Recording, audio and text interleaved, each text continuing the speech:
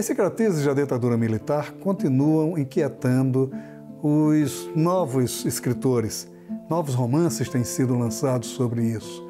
E Sérgio Tavares, em seu primeiro romance, Todos Nós Estaremos Bem, trata muito bem dessa questão.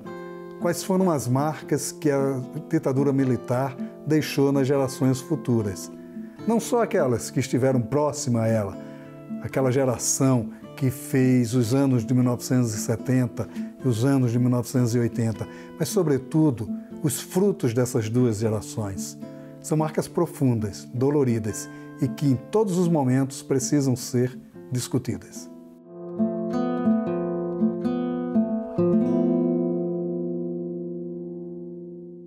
Todos Nós Estaremos Bem, salvo engano, é o seu primeiro romance, né? Você antes lançou contos e tal, trabalhava muito com contos. Por que a opção pelo romance agora, essa necessidade de uma narrativa mais de longo fôlego, digamos assim? O meu primeiro livro de contos, assim, ele surgiu basicamente na mesma época que o segundo, né? Que foi um processo ali quase que conectado um com o outro, né? São contos que estão dentro de uma mesmo clima que eu vivia naquela época, só que alguns são por lados mais assim conectados à questão da sexualidade, da loucura, e o outro é um estado mais melancólico ligado a uma situação muito particular. Então esse processo de criação desse meu primeiro lançamento, meu primeiro universo, minha primeira entrada na escrita foi através do conto por conta disso, porque eram pequenos narrativos que se conectavam com um momento da minha vida. E a partir dessa primeira narrativa, como eu ganhei o prêmio Sesc com o primeiro livro, né, que foi o Cavala, automaticamente os contos que haviam ficado desse período, eles acabaram compondo o segundo livro, que foi A Queda da Própria Altura, que foi finalista do Prêmio Brasília, né? Então, a partir daí, eu levei um período, até por questões pessoais, assim, eu fiquei um período sem escrever por questão de saúde. E em 2016, esse tema acabou me subindo, né? Na verdade, foi em 2014, assim. Eu estava indo para uma flip, e aqui de Niterói, aqui para Paraty, é um caminho de cerca de 5 horas de viagem de ônibus, né? E eu estava lendo o livro do Bernardo Kuzinski, né? O K, né? Do Bernardo Kuzinski. E aquilo me impactou muito, assim, a temática do livro, assim, principalmente na minha geração, né? De perceber como que a minha geração ela não tinha um conhecimento tão aprofundado do que era a ditadura militar no Brasil, né? Eu lembro, assim, na minha infância, assim, porque eu sou de 78, eu não tenho um registro muito profundo do que realmente foi o regime militar, né? Nem na própria escola, dentro das próprias lições que eram passadas ou matérias de sala de aula, não se falava de maneira aprofundada no tema, né? E aquilo me impactou dessa forma, de eu tentar resgatar e perceber o que foi esse tempo para a minha geração, né? E como é um escopo muito amplo, é um contexto histórico muito amplo, eu acho que assim ele não cabia em contos assim, da maneira que eu queria construir, relacionando vários personagens, dando vários pontos de vista e vozes para esse personagem, eles acabaram se tornando um romance que se conecta. Mas se a gente pensar de maneira estrutural, o romance ele é formado como se fosse breves fragmentos que, se você pensar assim de maneira muito destacada do contexto dele histórico, ele acaba fluindo como se fosse também contos que se correlacionam, assim, né? Embora ele tenha os mesmos personagens, ele se comunique dessa forma, ele também tem essa estrutura fragmentada que faz saltos temporais, né, através da sua narrativa, né? Então, assim, não é que eu troquei o conto pelo romance. Eu apenas potencializei a minha maneira de escrever dentro daquele contexto que eu queria abordar. O título é dividido em, digamos assim, não duas partes, mas duas tragédias, né? Que é câncer Uhum, e a AIDS. Ele acaba discutindo coisas bem mais profundas, a questão da ditadura militar, né? A partir da protagonista, né? Que se marca muito com isso. O protagonista, que de certa forma se beneficia com o advento da coisa, mas permeia todo o romance os dois aspectos, o lado trágico e o lado, digamos assim, glamouroso da revolução sexual, que é também uma questão muito profunda que marcou muito a nossa uhum. geração, né? Como é que você consegue englobar todas essas tragédias e todas essas delícias, digamos assim, dentro de um mesmo texto. Pois é, assim, aí há algumas possibilidades de interpretação, né? Foi o que eu queria colocar no romance. O romance ele pode ser lido realmente dentro de um contexto histórico, mas também ele pode ser lido de uma forma muito abstrata, né? Pegando o lado subjetivo dos personagens, né? Então, assim, o que eu percebi nessa minha análise, meu resgate histórico, foi que esse período foi um período em que se lutava muito pela liberdade do país e quando chegou a democracia, teve uma mudança, né? Teve uma distinção. Se lutou pela liberdade, mais liberdade do corpo, a liberdade sexual, se buscou mais a sociedade de maneira geral, ela buscou se libertar daqueles grilhões que eram da ditadura militar, né? A censura, a maneira que você não conseguia articular a sua forma de pensar ou fazer o que você tivesse de forma arbitrária, né? Então, assim, a minha percepção foi essa, perceber que essa transição da ditadura para a democracia, ela não foi dentro daquilo que se imaginava, daquela utopia que se imaginava na época, né? Então eu pensei, será que essas pessoas que lutaram durante a ditadura militar, elas realmente tiveram o Brasil que elas imaginavam? E se a gente olhar a linha histórica, a gente percebe que não, né? Porque quando teve a abertura, entrou o Tancredo Neves, que foi o presidente que não foi o presidente que foi eleito de forma direta, mas foi um presidente em que ele trazia essa ideia de volta da democracia, né? E ele acabou nem assumindo, porque ele morreu antes de assumir, e entrou o Sarney e foi o governo desastroso, principalmente na questão econômica, né? E logo em seguida a gente teve a questão da epidemia da AIDS, né? Então, assim, a minha percepção ao colocar os personagens dentro desse universo em que a doença ela é muito presente, é que a própria sociedade brasileira, ela de alguma forma, ela se viu adoecendo e ela teve que seguir dessa forma, né? Ela teve que aprender a lidar com essa deformação e seguir em frente. Então, a ideia de você colocar o câncer e a AIDS é de alguma forma simbolizar ou representar esse estado de espírito, ou esse espírito do tempo que a gente teve que conviver nesse período, né? O livro tem três personagens centrais, né? A Lúcia, o Roberto e a Carla, né? Que é a filha dos dois. Mas embora o título remeta certo final feliz, a verdade é que ninguém se salva, né? Dentro dessa loucura toda, né? Quer dizer, todos nós estaremos bem, né? E parece que a profecia não se concretiza, né? Quer dizer, é uma certa predestinação da própria visão do tempo pós-ditadura? Na verdade, assim, eu quis muito jogar com a questão daqueles lemas que tinha na ditadura militar, né? O Brasil, é o país do futuro, sabe? A questão econômica, o Brasil vai crescer, vai crescer em 10 anos, vai ter essa questão dos lemas da ditadura militar, né? Então, assim, todos nós estaremos bem, sim, pode-se pensar até de uma forma irônica dentro do contexto do romance, mas na verdade é isso, né? É você ter essa ideia de que alguma coisa vai acontecer no futuro que vai trazer algum tipo de esperança, porque na verdade não ocorreu, né? Tanto que o livro ele termina ali na virada dos anos 90 para os anos 2000, também com uma espécie de mau agouro, né? Que é a questão do bug do milênio. Todos pensavam que a economia ia parar, que os sistemas iam parar. Então, assim, então se a gente pensar de maneira assim, geracional, todas as nossas décadas, ela de alguma forma está sendo incide algum tipo de mau agouro sobre elas, né?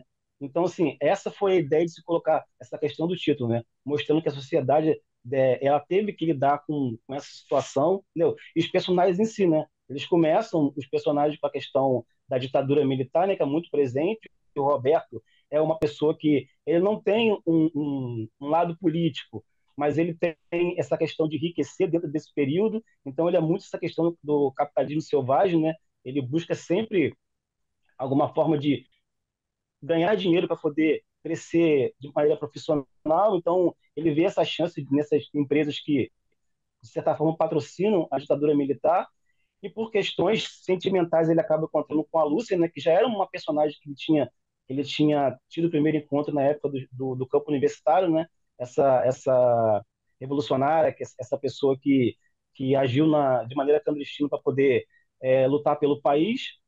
E dentro desse encontro assim quase improvável nasce a Carla, né? Então, se a gente pensar o romance tanto de maneira prática como assim de maneira subjetiva, a gente pode imaginar também que cada personagem representa uma década, né? Então, o Roberto, ele é muito assim anos 80, aquela questão dos IUPs, do mercado financeiro, da economia. Já a Roberta, já a Lúcia, perdão, tem esse sonho da utopia, de lutar pela ditadura, e a Carla é muito anos 90, né? Essa geração, assim, essa década que é chamada de década perdida, que é a década, de certa forma, tem uma melancolia. Então, ela vive dentro desse período somado com todas as circunstâncias que envolvem a vida dela, né? Então, esses personagens, eles, de certa forma, estão sempre buscando alguma coisa, sempre perseguindo uma espécie de fantasma, né? É como se os personagens, ao longo do romance, eles perseguissem fantasmas e eles acabassem se tornando fantasma deles mesmos, né? Há um jogo muito interessante ao longo de todo o romance, que é um jogo de aceitações e negações. A Lúcia, e ela, de certa forma, nega a vida do Roberto, ela, de certa forma, o aceita e o perdoa até, em todas as suas degradações, né? A própria Carla, que quando começa a entender os pais, também, ela que tem toda uma postura de rejeição do modo de vida dos pais, ela também é condescendente ao analisar esse casal. Então, quer dizer, há nisso tudo um certo jogo, eu não digo de perdões, mas pelo menos de condescendência sobre essas três gerações, a gente poderia falar, porque o Roberto é um cara mais velho que a Lúcia, né? De certa forma você aí compõe esse cenário de três gerações, né? Eu acho, Maurício, que nesse sentido aí entra um elemento muito importante para o romance, que é a questão da mentira, né? Da mentira ou do auto-engano, vamos dizer assim, né? Então, assim, entender porque o Roberto faz isso e a Lúcia, de certa forma, o perdoa, tem a ver também com essa questão do que era mentira para ele e acaba se tornando uma verdade para ele a certo ponto do romance, né? Então, assim, quando você tem a transição quando você dá voz à Lúcia, que tem essa transição de perspectiva, que ela percebe que o que ela estava vivendo ali era, na verdade, uma mentira ou de repente uma dissimulação, sim, ela aceita por um motivo que para ela parece um motivo muito sincero, né? É a questão do corpo, né? É a questão do que Roberto aceitou naquele período e que ela precisava mais de acolhimento, né? Então, assim, a aceitação dela é muito em cima disso, em cima do que ela percebe de mentira dele e que ela, de certa forma, ela assume aquilo também para ela. Tanto que, se a gente for pensar assim, porque tem essa transição da primeira parte para a segunda, né? Que de repente não é legal falar para manter esse suspense pro leitor, assim, quando ocorre uma doença no romance, né? Essa doença, assim, a gente pode pensar que, assim, ela na verdade, foi uma doença que o Roberto levou a Lúcia a chegar a esse estágio, ou foi, na verdade, a Lúcia que se permitiu que isso acontecesse, né? Então, assim, a minha ideia era criar esse personagem que, de certa forma, ele vai se desconstruindo e vai se deformando durante o livro, né? Então, assim, é muito difícil você ter assim, uma certeza de quem realmente se tem algum tipo de herói ou de vilão dentro do livro, né? Tanto que tem aquele longo diálogo que eles comentam, assim, logicamente baseado na questão política, né? Ali em 89, mas ele fala que dentro dessa visão de mundo, de ideologia política, não há nem mocinhos nem bandidos, né? Então, assim, é muito pegar essa zona cinzenta, sair dessa coisa pragmática e se colocar assim, a ditadura era uma luta de esquerda e a direita era o vilão e isso percorreu durante um período de tempo até você chegar na democracia. É você perceber essa zona cinzenta. E eu pego essa zona cinzenta da história e jogo nesses personagens, né? Então, entender isso de alguma forma, o leitor, assim, ele aceitar ou não aquilo que acontece dentro da trama, né? E é muito interessante, assim, como um certo grupo de pessoas que lê o romance tá mais puxado para essa questão de entender o que a Lúcia fez, e temos aquele grupo que é o Roberto, né? Fica, assim, um embate ali entre um e outro, e o objetivo é esse. E Carlos, na verdade, é uma consequência, né? a Carla também, ela além dela entender essa questão do pai dela, dessa ausência, ela acaba sendo manipulada, certo ponto do romance, por uma mentira, né? É uma mentira que passa para ela e ela consegue perceber a mãe dela através dessa forma e de alguma forma ela perdoar o pai, né? Então eu não sei se a Carla ela é condescendente ou ela tá tão perdida em meio a essa família, essa linha temporal assim, essa infância dela tão conturbada, adolescência também, que ela não sabe direcionar muito bem o que é o correto, o que é o certo, né? E ela de certa forma, essa ideia de começar a parte dela colocando ela transitando por vários lugares, é dessa sensação de uma pessoa à deriva, né? A Carla também é deriva no tempo. Então, o que acontece com ela, de certa forma, é isso. E não, eu acho que não haveria outra maneira de terminar esse romance, ou colocar esse romance, algum desfecho para esse romance, porque a ideia é justamente terminar o romance de uma forma aberta, porque tem aquele prólogo ali, aquele trecho antes de começar o romance em si, que deixa em aberto de você saber quem é aquele personagem que está ali despertando, que está começando mais um dia, e é justamente isso, é o leitor tentar entender o que aconteceu com esses personagens e perceber que esses personagens agiram por motivos que vão além das questões políticas que abordam o romance, né? Há muito essa coisa da psicologia humana dentro do livro, né? De você fazer essa conexão entre o que era a ideologia, esse espírito do tempo, como isso se reflete na maneira dos personagens agirem, né?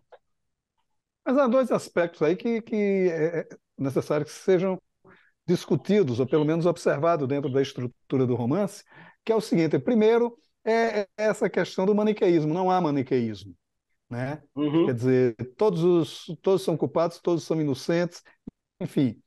Eu falo dos três protagonistas, né? E aí você tem uma outra questão também, que acaba se impondo, é que me parece que não há uma segunda alternativa para nenhum deles, né? Quase que aquela questão da tragédia grega, né? Quer dizer, uhum. o Édipo não tem como correr por mais que ele se distancie, por mais que o pai o jogue no rio, ele não tem como correr a fatalidade do seu destino, né? Quer dizer, me pareceu muito que os personagens também foram construídos com essa vertente, digamos, grega. E aí, e exatamente nesse ponto que entra a questão da obsessão sexual do Roberto, né? Porque ele está tão preso a essa busca dele por esse personagem que ele conheceu em 82, no começo do romance, que ele vai propagando isso de certa forma na vida dele, que vai anulando todas as verdades que existem, né? Então, assim, ele se coloca muitas vezes quando a Carla passa por o período dela de doença, que é a primeira parte do câncer da leucemia, a gente assim tem pela perspectiva da Lúcia um pai muito presente e ausente, quando na verdade ele está utilizando esses tempos de distância, utilizando de certa forma a questão profissional dele para poder ir nos locais onde ele vai para poder ter esses encontros sexuais, essa busca dele por essa espécie de sensação que ele obteve na primeira vez, né? É como se fosse essa ideia do vício, né? Da droga, né? Que a primeira dose é aquela que marca e você, de certa forma, vai buscando isso de outra forma, né? Então, assim, os personagens, eles estão conectados a isso de maneira obsessiva. Tanto o Roberto, nessa questão sexual, quanto a própria Lúcia, nessa questão dela ideológica, né? E eu acho que a Carla, nesse ponto, assim, ela não tem muito por onde ela escapar, né? Porque ela já cresceu nesse universo onde a doença estava muito presente e quando ela chega na adolescência, ela tem uma perda, né? E futuramente, assim, ela tem uma ausência completa, né? Então, ela fica meio perdida nesse contexto. Então, assim, ela não tem muito, assim, então a fatalidade nesse caso, eu acho que ela é inevitável. Não que seja uma coisa que os personagens buscassem isso, mas eu acho que dentro daquilo que eles imaginam como propósito de vida, eles são muito manipulados por um sentimento muito forte, por aquilo que desgarra dentro do contexto familiar, né? Então, assim, a mentira permeia muito isso, assim, como que eles são manipulados por eles mesmos, né? Eles vão manipulando de certa forma que vai tendo consequências muito na vida um do outro, né?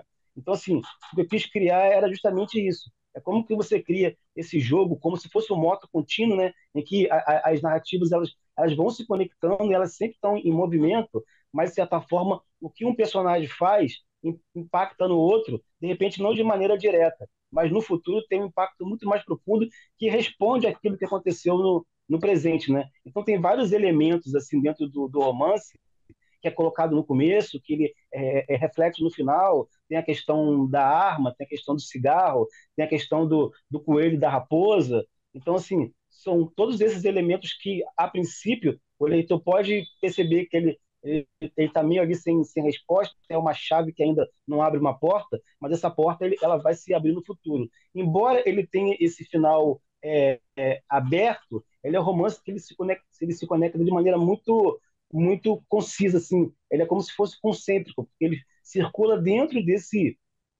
dessa narrativa de três personagens que tudo que um faz reflete direto ou impacta direto no que o outro sofre, né? Parece que ninguém quer sair da clandestinidade ou ninguém consegue sair da clandestinidade. Há uma marca muito Perfeito. profunda isso, dessa vida paralela, dessa necessidade. E também um outro aspecto que também se discute muito no que se escreveu sobre este período é que você só tinha duas opções, né? Quem passou pelo advento da ditadura militar, ele tinha duas opções: ou ia para o mosteiro ou caía no desbunde. Não, Uhum. não havia um meio termo, né? Ou você ia ser o Alex Polari, que foi ser monge do Santo Daime no Acre, ou você caía no desbunde geral, né?